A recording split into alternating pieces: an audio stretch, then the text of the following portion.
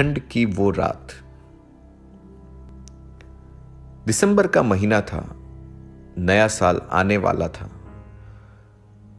बहुत ही ठंड की वो रात थी। उस दिन मुझे ऑफिस में कुछ कामकाज के सिलसिले में देर हो गई थी। मैं अपने स्कूटर पर घर की ओर लौट ही रहा था। मैंने इनर, स्वेटर और जैकेट सब कुछ पहन रखा था।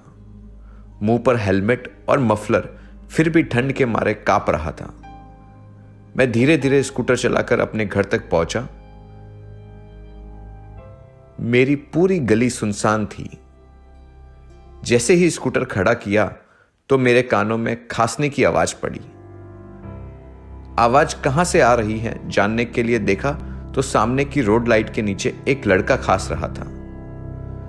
उस लड़के को सर्दी में देखकर मन में करुणा फूट पड़ी। साथ में टिफिन में कुछ खाना पड़ा था। सोचा लड़का भूखा होगा, कुछ खाने को दे दूं।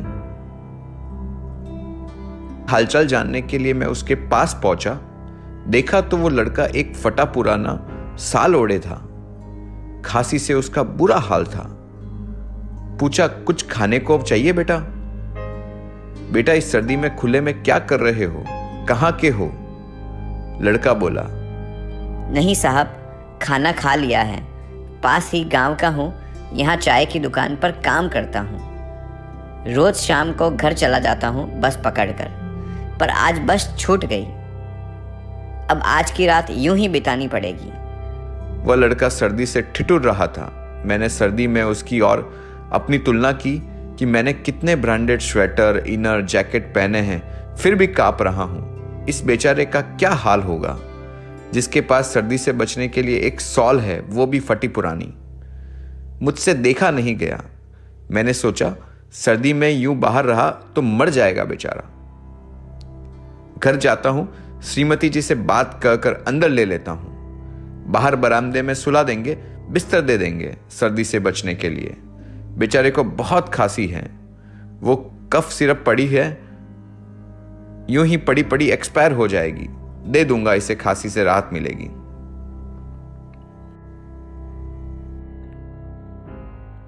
मन में उसको घर के अंदर लेने का विचार करते हुए मैं अपने घर में प्रवेश हुआ। अंदर जाकर अपनी पत्नी को बताया लड़के के बारे में और कहा, आज उसे अंदर ले लेते हैं, नहीं तो बीमार है, सर्दी उसकी जान ले लेगी। पत्नी ने सुना और कहा, अजी आप यूं ही परेशान होते हो। इन लोगों को तो सर्दी सहन करने की आदत हो जाती है।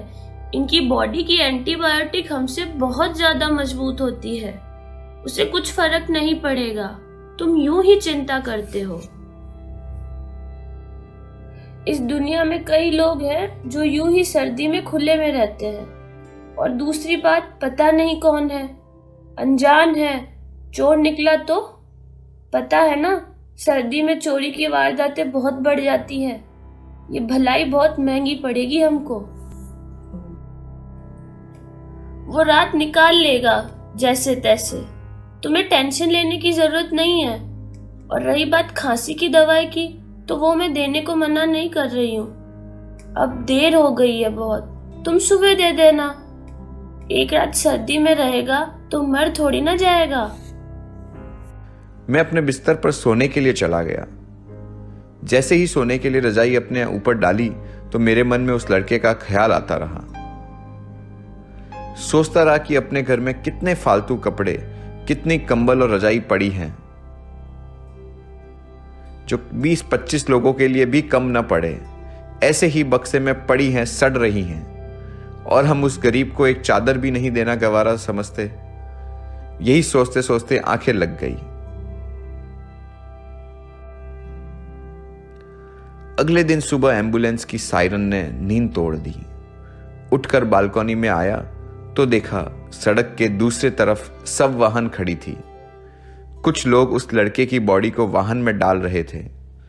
मैंने किसी को कहते हुए सुना कि वो चाय बेचने वाला लड़का रात में ठंड के मारे मर गया।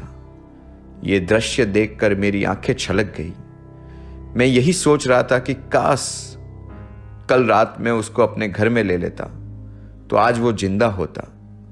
कितने कठोर है हम। दोस्तों, ये कहानी बताती है कि आज हम सभी में दया नाम की चीज नहीं रही है। हम सभी जरूरतमंद को शक की नजर से देखते हैं।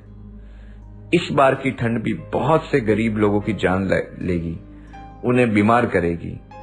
आइए अपने घर में बेकार पड़े जरूरत से ज्यादा गर्म कपड़ों को इन जरूरतमंदों को देने का संकल्प लेते हैं।